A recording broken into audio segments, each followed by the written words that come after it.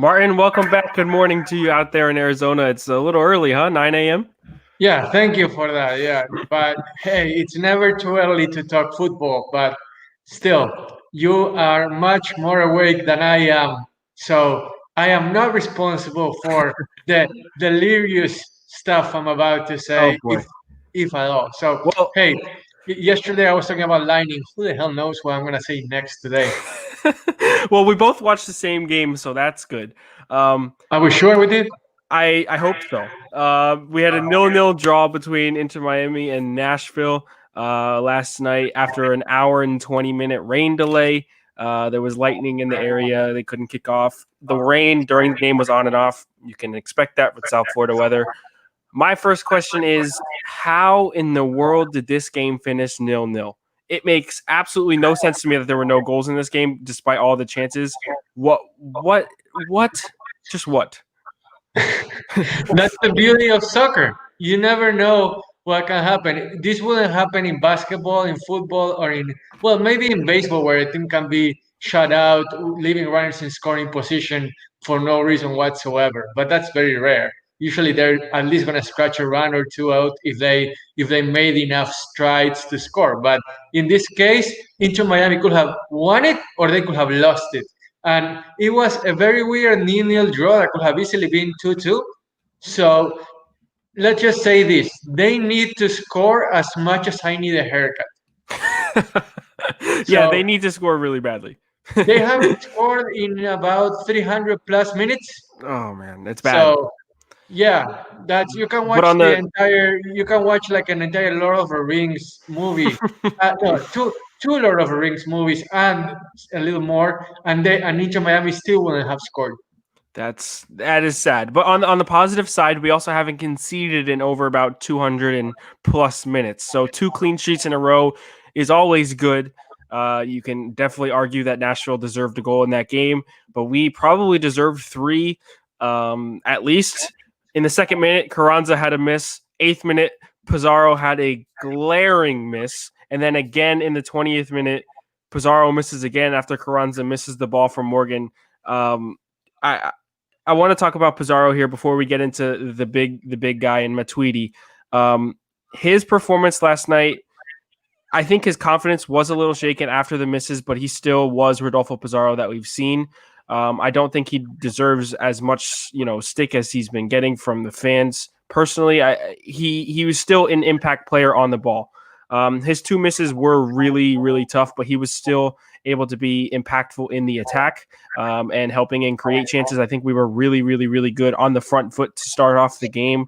Nashville wasn't able to break our press. There was a lot of passes in the back from Nashville. We really controlled the game for at least the first 45 minutes. It did die down a little bit, and then it became a little more open, as MLS games normally do. But that first half pressing deserved a goal, and I mean Pizarro missed two great chances. Carranza missed one as well. What happened with Pizarro there? Pizarro. Oh And God. what happened with Pizarro was that it wasn't his night. I liked actually what he did last night, which was, coming back to get the ball, creating chances, making triangulations happen, which I loved. And it wasn't the fact that it seemed like they didn't create chances and they couldn't score, that it was offensive ineptitude. It was a mix of bad luck and ineptitude inside the box, Mhm. which is bound to happen to even the best teams. They're just going through a rough stretch. But the fact that they created a myriad of situations, both through the wings and down the middle, and even the free kick, that I like the philosophy of going to the goalie's post, and it was barely, barely missed. I liked what they did. It was just bad luck. So Inter Miami, like we said, they could have won 3-2, or they could have lost 2-0. It ended up being a nil-nil draw at home. You hate to leave 2 points behind like that, like they did, especially because they need them dearly. But my beef isn't with the offense because it was just not their night, but they made the effort to create clear shots and clear chances. The Carranza one-on-one with the goalie, Mhm. that was the goalie's merit to stretch out his leg like that. I It think reminded you're talking about Robinson there. Robinson, or it was. I think Carranza Oh was yeah, subbed that's off for right. That's right. Robinson. Yeah, Sorry, yeah. Sorry, mixed them up there. you're good. But the goal, but that was, I mean, for the goalie to have the presence of mind to know that he was gonna bend the ball like that and try to reach the far post when he was totally exposed. Hey, you gotta give the goalie credit, just like you have to give Robles credit for the saves that he made. Now, what I didn't like was the defensive miscues that we had, especially a couple by Figal that were childish, and I expect much better from a veteran defender from Argentina that has played at the highest level and shouldn't be making those kind of childish mistakes in the MLS. I expect way better of him than that. I don't care how much he contributes on offense. First things first, do your damn job on defense, and then you can contribute as much as you want on offense. I feel the same way about Ben Sweat, even though he's not as talented as No, but Figal. I don't have the same expectation for Ben Sweat Of course, of course, of course. because But he's Ben Sweat. as listed defenders, as a right back and a left back, I think that the defensive duties come first. And I will always say, Ben Sweat, okay, yes, you've done good in attack, but you really have to focus on these left back sides and on this left back defending because it hurts us. Both Figal and LGP ended up having a really, really, really bad miscue, and I think it was around the 79th minute where he had a slide tackle, went through his legs, and the person who just got subbed on for Nashville was one-on-one with Robles, actually beat Robles, which honestly, as a former goalkeeper, Robles did really well to make himself big there and close the target, so it was hard for the Nashville attacker, but Nashville attacker should have done better there and scored. That it should have been 1-0 right there. But LGP did really bad on that slide tackle. The defensive errors, we were lucky to come away with a clean sheet. It wasn't our strongest defensive performance. I think we played a lot better against Atlanta defensively, but lucky to come away with 0-0. Figal, I actually had from his former club, I had an account respond to what I said about him when he missed. Independiente said something. What happened? So he says, it seems that Figal is still doing the same BS that he did I think we can curse in Argentina. Yeah, no, go ahead. He does not. He hasn't. Yes, and he hasn't learned more. What a stupid kid. I thought that was harsh. Not that I watched Figal 100% in Argentina, but I thought it was harsh. And we know that Figal is a really aggressive player, and he likes to. He's very individualistic. I'll say that. But I love him as a player, and I think moving to right back is a good move by Alonso here because it strengthens our back line. We're not playing a rookie or we're not playing an old MLS veteran in AJ De La Garza. Figal is good, and not every game is going to be a 10 out of 10, but we have to do better. Let's move on to Matuidi. Wow, it's what we expected. The class absolutely put out from him, and the second he was on the ball, it was almost. I don't know if you agree with me. It was extremely calming to watch such a good player be able to string passes along, and pass so calmly and competently. It was a sigh of relief from me every time he's on the ball because that the class and the quality is there, and he's able to string up plays and be creative. Alonso had in his tactics for him to be a lot more forward than Victor Ulloa, which we talked about on the pregame show. We didn't, there had to be communication there. One of them would have to drop back because they both have had the tendencies to go forward. Matuidi was allowed to go forward in the press that Alonso enacted in the first half. So Ulloa almost dropped as a center back at times when we were defending early in the first half. And I think that's fine. Matuidi, you need to get someone like him forward, especially at his quality. Only 33 years old, which may seem old, but for a midfielder, I'm completely fine with it. And especially because his quality is so much higher than a lot of people in MLS. I'll take it any day. He needs to be going forward. He needs to be creating these little triangle passes like you were talking about with Pizarro and the attack and the wings and all that kind of stuff. So it was perfect for me. What do you take away from Matuidi's performance? I agree. I was saying yesterday, what does he resemble most? He's the Jimmy Butler of Inter Miami. Just like Jimmy Butler creates a calming effect on his teammates, especially in the fourth quarter. And we can see the influence that he has had on young players like Tyler Hero, for example. Mm-hmm. Matuidi is going to have the same impact on Ulloa, on Trapp, on on Luis Morgan because he is the guy that when he has the ball, good things are gonna happen. If you pass him a crisp ball, you're gonna get that same crisp ball back. You're not gonna get a brick in return. So I love the fact that it wasn't something that was evident. He wasn't Messi juking three guys or a number nine scoring two goals in a match, but the little things that he does and how he kind of it builds up. Whenever he has the ball, things build up, and that's a good thing. So I think that his debut was not an 8 or a 9 out of 10, but definitely a 6 or a 7, which for a guy that hadn't played in a couple of months after leaving Juventus, being with a new team and in a new league, I was really satisfied. Two days of practice. That's it. 2 days of practice. He goes 80 minutes. You can't ask for much more. And as this progresses with him in the lineup, it's going to get a lot better. One thing I want to point out too is that Matuidi, with his style of passing in the midfield, it helps us build through the middle, which we have not done a lot.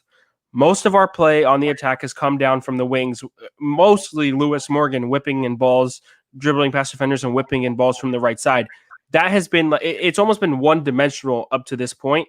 And with Matuidi, we're able to be a little bit more dynamic in the attack. And I think that that's really, really, really key. We talked about what could happen with Agudelo in the lineup. I think we missed a little bit. He was more off to the left side. I think he was able to move freely, and a lot of these guys were able to move freely in that front four. But Agudelo was more on the left. Other than the first, I think, 13 minutes of play, it was nothing more than a shambolic performance to me. I cannot express my hatred for Juan Agudelo any more than that. I think he did well. Matuidi had one pass. I think it was in the 7th or 8th minute when we got an attack. I think which led to the Pizarro miss. Matuidi falling down still makes a great pass, and Agudelo gets it up to Ben Sweat. And then after that, there was absolutely nothing else from him that made me be like, yep, this guy deserves to start every single week. We did find out that it was mostly due to a Matthias Pellegrini injury. Michelle Kaufman tweeted a little around game time that Pellegrini had picked up a slight injury in training, so he wasn't available for picking. Maybe he was starting. I'm not sure. But I really don't want to see Juan Agudelo in the lineup anymore. That's just my thoughts on Juan Agudelo. I think Robbie Robinson, when he was subbed on, proved to be a lot more, a lot better in the attack. He had that quick chance early on. Give me your thoughts on the attack when it comes to the actual positional players like Juan Agudelo. And I guess we'll talk about Carranza, but I really want to see how badly you thought of Juan Agudelo as well. Okay, but before I do that, what the hell does shambolic mean? Educate us, because that was a word that I'm gonna steal from you because I absolutely loved it. But shambolic, that was a gem right there. So I'm gonna chaotic, disorganized, and mismanaged. That is the direct dictionary definition. Okay, shambolic.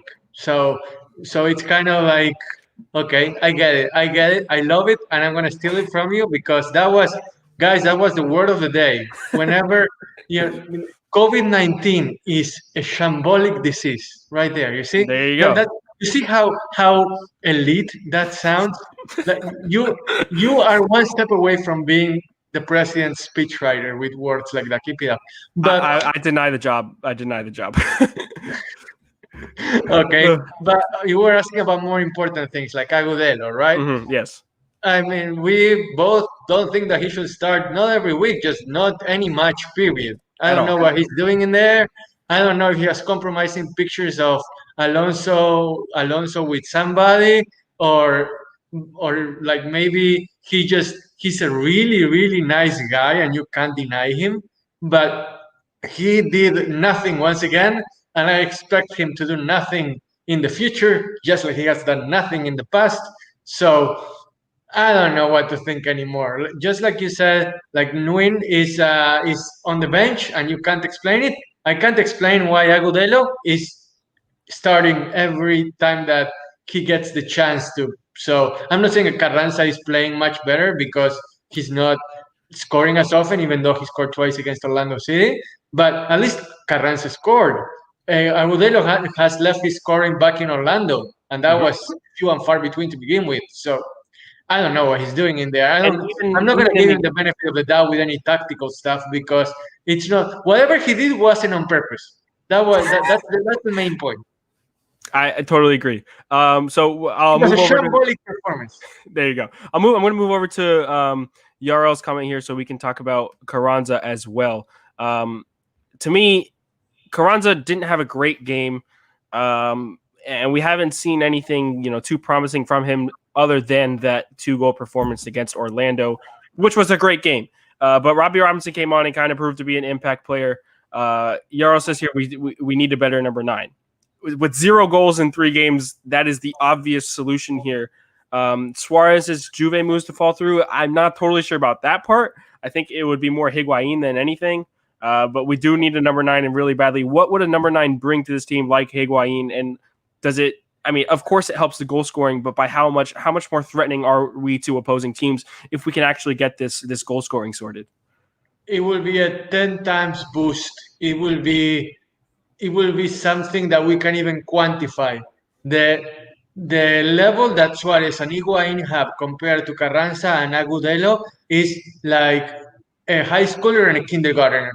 That's that's how much of a difference there is. You can't compare it. I may give Iguain a lot of crap for what he does with Argentina, for what he used to do with Argentina, but as far as being a striker at the club level, you can't compare it. Period. And Luis Suarez is even better than Iguain. Oh, but It, yeah. so there is no comparison. You can't even quantify it. It just is. And imagine a player of the level of an Iguain or a Suarez, Iguain being much closer to joining Inter Miami than Luis Suarez is. I am just picturing Blaise Matuidi putting a through ball for Iguain between the center backs, and he scores unless it's in a championship game. So it's a beauty. Yeah, It, it's it's a beauty, and that's something that neither Carranza nor Agudelo can do. There is no comparison. Iguain will score 20, 25 goals in the MLS before he chickens out in the MLS Cup game, but at least we will be in the MLS Cup. In the MLS Cup, that's just the bottom line. So I'm going to move over to Robbie Robinson really quickly. Robbie Robinson is a player that we drafted with the first overall draft pick in the MLS Super Draft. Now, MLS Super Draft picks are not ever expected to pan out. That's just the history of MLS. There's 2 rounds for absolutely no reason, but they have to give the college players a chance. I posted something the other day about Robbie Robinson, and now it's kind of changed. So now he's got 5 games under his belt for Inter Miami. He had issues, when it comes to the tournament play because he was not able to play. So we can't, knock him for that. But in 5 games that he's played, he's had 2 starts, no goals, no assists. And then when you look at the 5th pick of the draft, it was Daryl Dike out of Virginia. For Orlando, has been an impact performer. 7 games, 4 starts, 3 goals, and an assist thus far. I'm not saying that we were wrong for picking Robbie Robinson here, but it would have been massive to have a player like DK to make an impact performance or just make an impact on the offensive side of the ball in the goal scoring capability sense, because we haven't had that. And Robbie Robinson didn't have that in the first 2 games. And yes, it was his debut game and his only second game. And now he come off this long break. But Robbie Robinson has to show something. And I think he did in the 40 minutes that he played, or 30 whatever minutes that he played. He had the free kick chance. He had the really early chance that the keeper done great. You cannot blame him for that. But I want to see Robbie Robinson get the start. That's what I was going to get to. I want to see Robbie Robinson get the start. I want to see him go at least the first 60 minutes of a game and see how that goes. Because with the press that Alonso put on in this game, I think Robbie Robinson being up front with his speed and his capability to be able to get through is important for a press like Alonso tried to do.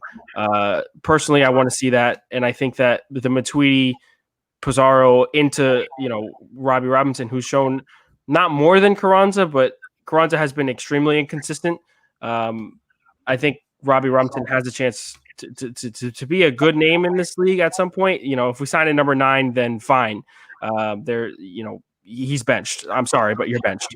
But if Robbie Robinson is the guy that we have to come down to, I want to see a little bit more from him, and I want to see him get the start and prove to us that he can be the starter over Carranza and Agudelo, which Agudelo, he should be the starter over Agudelo, no question. But Carranza, I think him and Carranza will have a little internal battle in training. Thoughts on Robbie Robinson?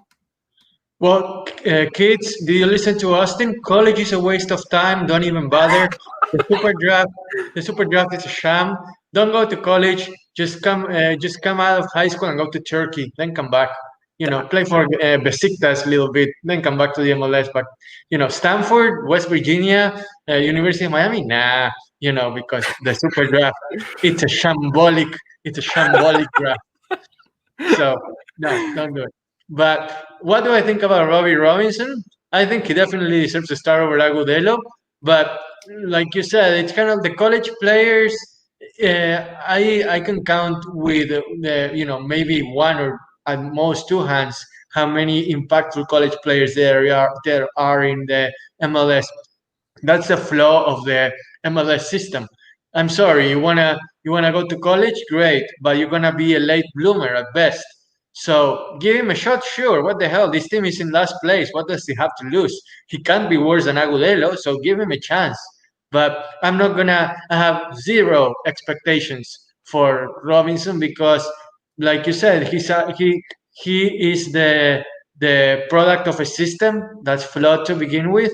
And if you're a college player, I think you have twice as much to prove compared to guys like Pellegrini and Carranza who have been playing at the highest level since they were 16 or 17 years old.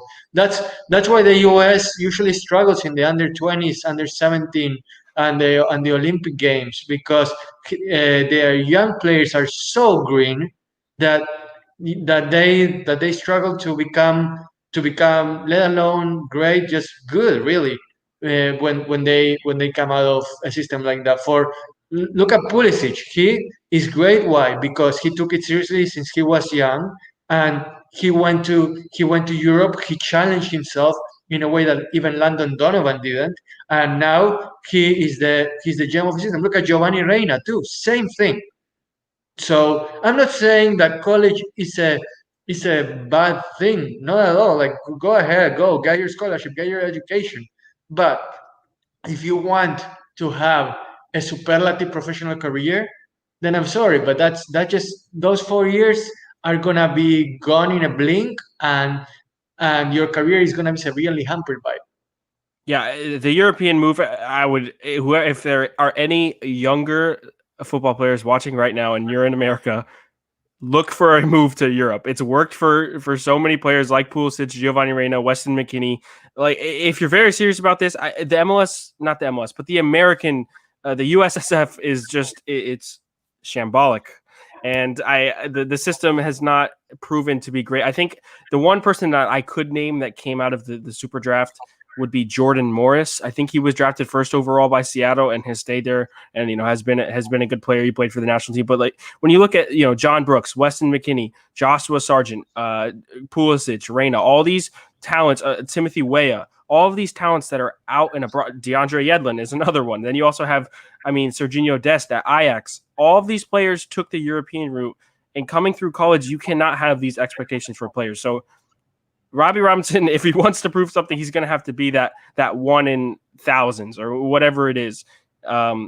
It's just, to me, the Daryl Dike at number 5, who, when I did a pre-draft rankings and who I wanted Miami to pick up, I wanted Daryl Dike. I had him ranked above Robbie Robinson because of how he plays, and I think it fit the MLS style. And he's proving that it does, and he's becoming a consistent starter for Orlando. It would be really cool to have that impact for Inter Miami at this point because we are not scoring goals. You mentioned it, 0 goals in over 300 plus minutes. That's not okay at all. We move on to Wednesday.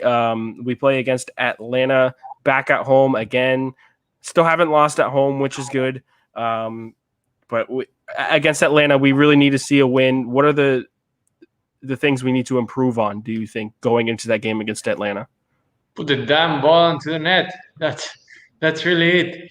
Atlanta, I think, is gonna score against Inter Miami, especially with if they make the same mistakes on defense that they did against Nashville, there's a guarantee that Atlanta is going to score. Now, Inter Miami actually had twice as many chances against Atlanta in Atlanta the other day, which was unexpected. But you can expect a team that is supposed to be a contender and is on the fringe. Sorry, what's a fringe? I don't know. A fringe of playoff contention. They're in ninth place right now, or eighth place actually. Sorry. So they need the 3 points as badly, if not more, than Inter Miami does. So even though they're going to be the road team, they're going to be aggressive. So the first 20 minutes are going to be huge. If you can go ahead and then give the ball to Atlanta and have Matuidi and Pizarro's kind of abilities to orchestrate counterattacks, then you're going to be golden. If you fall behind and you have to be the aggressor against a team like Atlanta, then you're in trouble. Simple as that. Soccer isn't that complicated. Well, let's get Diego Alonso out of the seat, and then we'll throw in Martin, and we'll probably get some goals scored, huh? One thing I want to say is from the last Atlanta game, they sold Pity Martinez 4 hours before game time. I'm sure that the deal was in the works for him to go to Saudi Arabia, but now there's been talks of Ezequiel Barco, their other most lethal attacker, being sold to Spain. Atlanta is not in any position, or they don't want to be, I don't think, in a position after firing their manager after the Orlando tournament. Yes, they'll probably make the playoffs because it is 10 teams out of 14 in the East making the playoffs, but they're not. I don't think that they're right now in a position to contend at all. So we have to take advantage, and we should have been taking advantage against another side like Nashville, but we haven't. And I think that this game is really important to prove that we want it. We want to have that shot at the playoffs because it's harder to miss it than to make it. Because 10 of the 14 teams, you can do that percentage in your head. But the Atlanta game is going to be extremely important. If the chances fall for Inter Miami like they did against Nashville, I think eventually one's going to be put away. I don't question the tactics at all from Diego Alonso. I think that it was a really good performance other than the execution inside and around the box. So that's it for me as well. You just have to... Other than the important things, really. So... Yeah.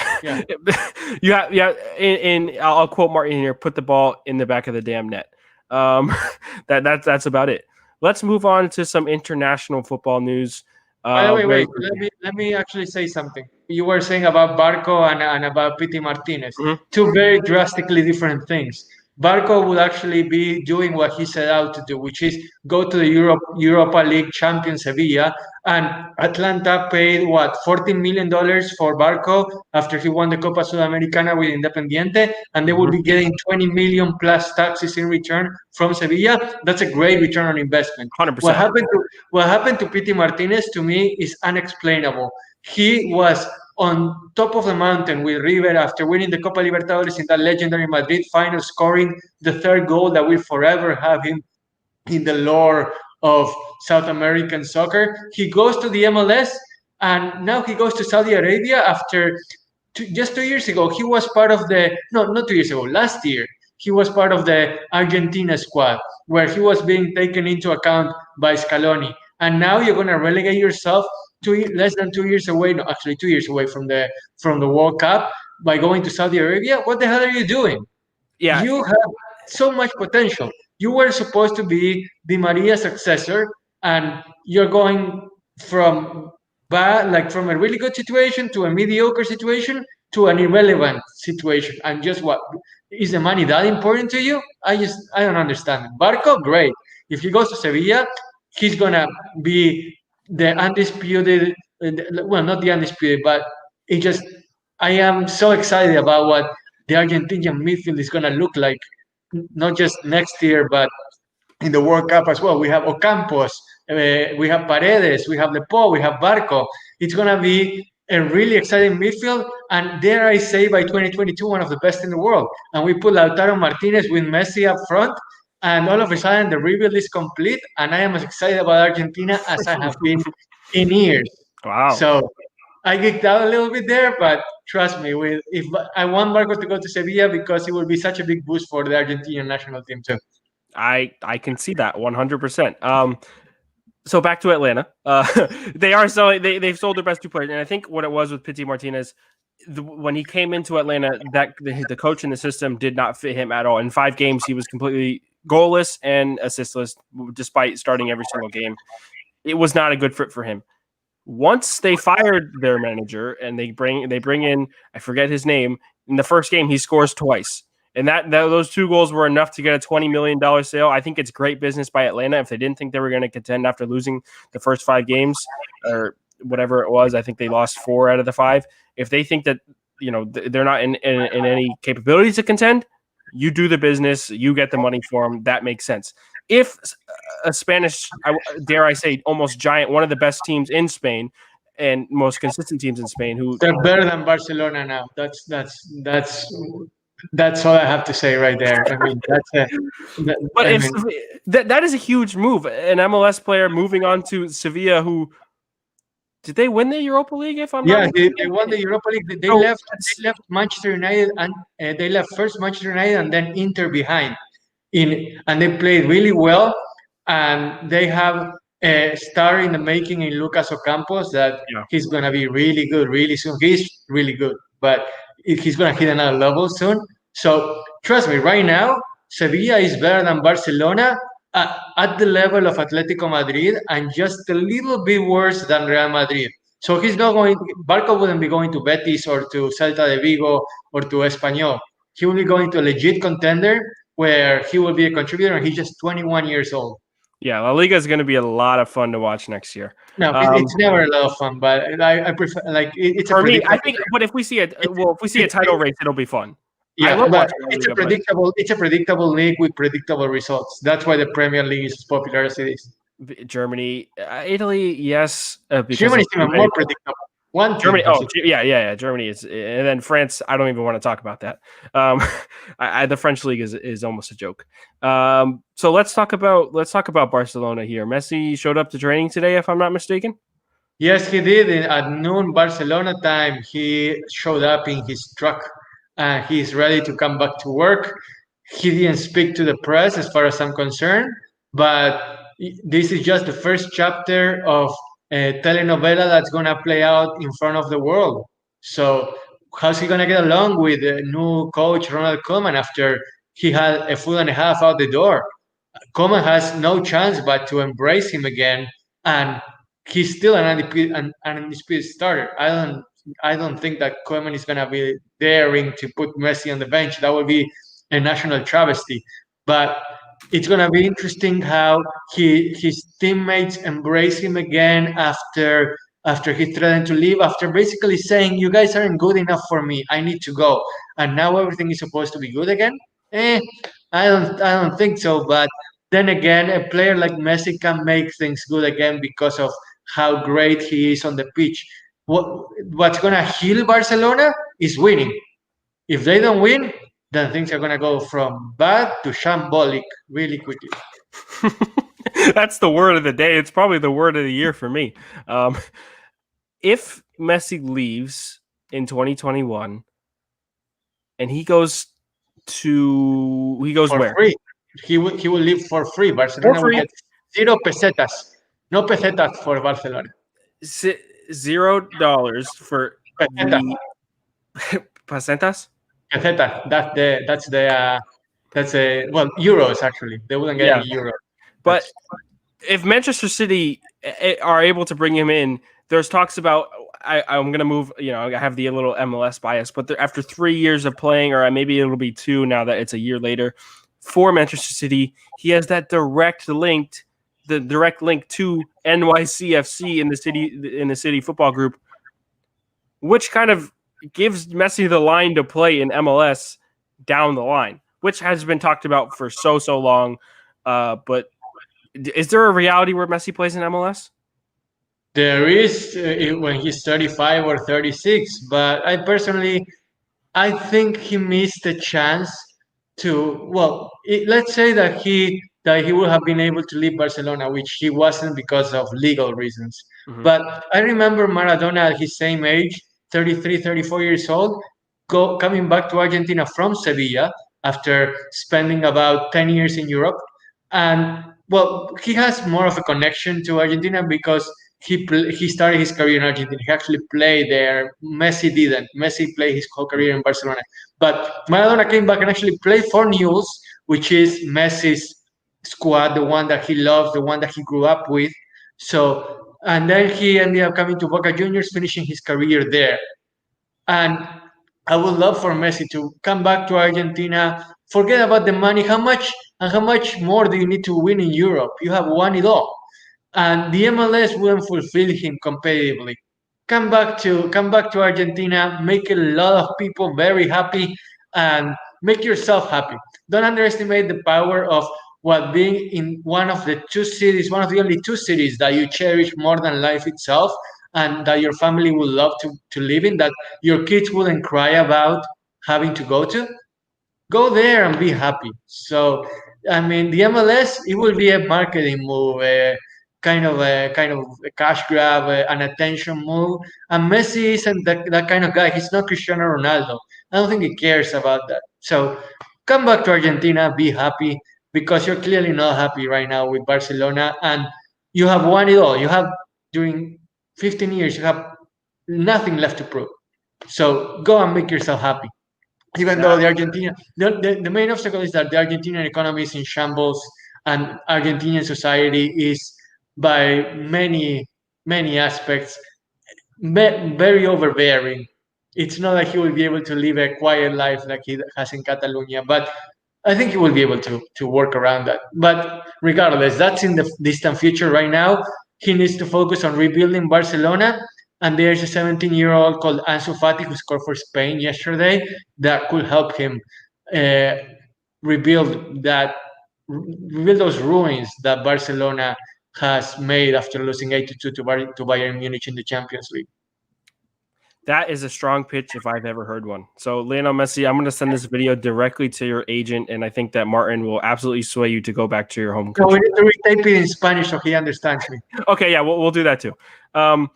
We have a question here from Anthony Manzano. Austin, what is the difference between a TAM player and a designated player? Can you explain to me? I don't watch soccer that much. Okay, so MLS roster rules really, really, really suck, and I can't express that enough. Basically, a designated player is somebody who you can bring in without having to worry about the salary budget in MLS. So in American sports, there is always a salary cap in order to keep balance, other than, I guess, baseball. But basketball, football, teams have a budget to what they can spend on player contracts. In order for the MLS to grow as a league, the MLS has this designated player rule where you can bring in 3 players without being, hurt by whatever their contract size is. And I think it has to do with transfer budget as well, but it has to do with the contract size. Signing as a targeted allocated money player, which is exactly what TAM means that they're keeping the money under the budget to a certain extent. They have a little bit of flexibility. It's almost it's almost like a luxury tax in the NBA. I think that would be like the best correlation I can make. It's not directly, but it's almost like the luxury tax. You can go over the cap a little bit. You're going to be penalized, but it's a luxury tax per se. When it comes to a designated player, you have almost all the freedom in the world to sign somebody. So someone like Blaise Matuidi coming in under the TAM is absolutely massive. And I don't know how well Paul McDonough has done for this team, who is the sporting director who deals with all these contracts and stuff. If he's done enough to bring in someone like Iguain under targeted allocation money, it is massive, because then it lines up for one more major signing who we can throw whatever money we want to by the ownership group and Jorge Mas and David Beckham, whatever money they want to some player to come to Inter Miami, which in itself is massive. So bringing in Matuidi and Higuain, that's why there's so much talk about Higuain coming, because they don't know if he's going to be a DP or a TAM player. Ideally, it's a TAM player, but honestly, do not expect it, considering we have Matuidi under that role. I hope that can clear it up for you. I did the best I could, but MLS roster rules are really tough. And one thing I want to talk about with the Higuain thing, there were advanced talks, and when it comes to MLS and discovery rights for a massive player. So one thing too about these designated players and TAM players, MLS knows that these are big guys, and they have to almost sort of investigate the transfer talks to where they have a list. Each team has a list of who they want to sign, and MLS has to go in there and say, okay, What is your intent of signing the player, and is it actually feasible? Can you actually make this signing? DC United did it first, 100%. Those rumors were true. The Athletic came out and said that DC United had an interest, and by all means, Higuain was theirs for the taking. Inter Miami swooped in and paid $50,000, I think it was, to gain access to Higuain as a discovery player. So if at this point, if Miami don't sell the discovery rights to Higuain to any other team, Higuain, his only move possible to MLS right now is to Inter Miami, which is big, and that's why the talks were advancing so much about it, and there were so many rumors about it, because we have done that, and that is set in stone. Very quickly, would you rather Higuain sign as a TAM contract or a designated player? 100% TAM contract, because then it opens a possibility for Paul McDonough and David Beckham to go out and find another player that we can just throw money to and not have to worry about. So ideally, it's a TAM contract, but honestly, don't expect it to be that way if he ends up coming, because it would be a it would be a masterclass of roster manipulation by McDonough, because that's something that no MLS team has been able to do, to bring in two people like Matuidi and Higuain under TAM money. It would be unbelievable. The complete opposite of shambolic. I love this comment. Bring Messi to Inter Miami, Ronaldo to Orlando City, bring El Clásico to the Sunshine State. That would suck, because I really love Ronaldo, but I'll be okay to hate him if he's in Orlando. Good to know. Listen, I'm Miami forever. Don't worry about it. I'll put aside my Manchester United affiliations and stick with my local club. Don't worry about that. Listen, I think we had a pretty good show. There was a lot to talk about. We go again Wednesday. I want to have it so where you, Pedro, and I are all three on together to talk about Inter Miami. I think it'd be a lot of fun. I'm going to get with him on that. I'm going to get with 5 Reasons on that, so we can figure that out for the pregame show. And then I think we're going to start consistently doing postgame shows. We've got some word that it would be good for us. So we're going to hopefully keep this going, whether it be directly after the game like 5 Reasons does with the Miami Heat. We're going to try and do it for us as well and keep on bringing you this content. Martin, thanks so much for bringing your expert analysis in here. I really appreciate you, man. No problem. And talking about pregame and postgame shows, tune in tomorrow to 5 Reasons Sports Network for the Miami Heat pregame show, Game 5 against the Milwaukee Bucks. And I just had a cramp. Yeah, oh my God! I just had the worst cramp on my right hamstring. I am Di Mariaing right now. Oh my God! Right. But live TV, everybody. So yeah, just tune in tomorrow. Hit pregame show. It's gonna be at 6 p.m. Eastern, 3 p.m. Pacific for me, just for my own sake. So Hit Bucks Game 5. No cramping for anybody. So just tune in. It's a really great show. We have Ethan. We have Kylie. You yourself have joined it. At some point, I have joined it too. It's a lot of fun, and it's gonna get you pumped up for Game 5. Yeah, the Miami Heat will complete the gentleman's sweep, I think, personally. Hopefully. But Martin, go eat a banana. I'm gonna let you get out of here. Go eat a banana, drink some water. We're gonna get those cramps away. Thanks so much for tuning in, guys, and for another episode. And look for us on Wednesday. Yeah.